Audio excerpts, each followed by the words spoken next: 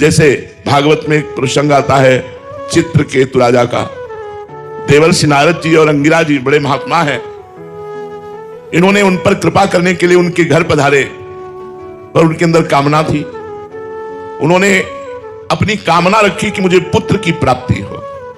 आए थे भगवत प्राप्ति कराने, लेकिन जब पुत्र की प्राप्ति की बात कही तो देवर्षि नारद जी अंगिरा जी ने कहा ठीक है, तथास्तु ऐसा ही हो, पुत्र होगा, पर तुम्हें हर्ष और शोक की प्राप्ति होगी। वो इस बात को नहीं समझ पाए।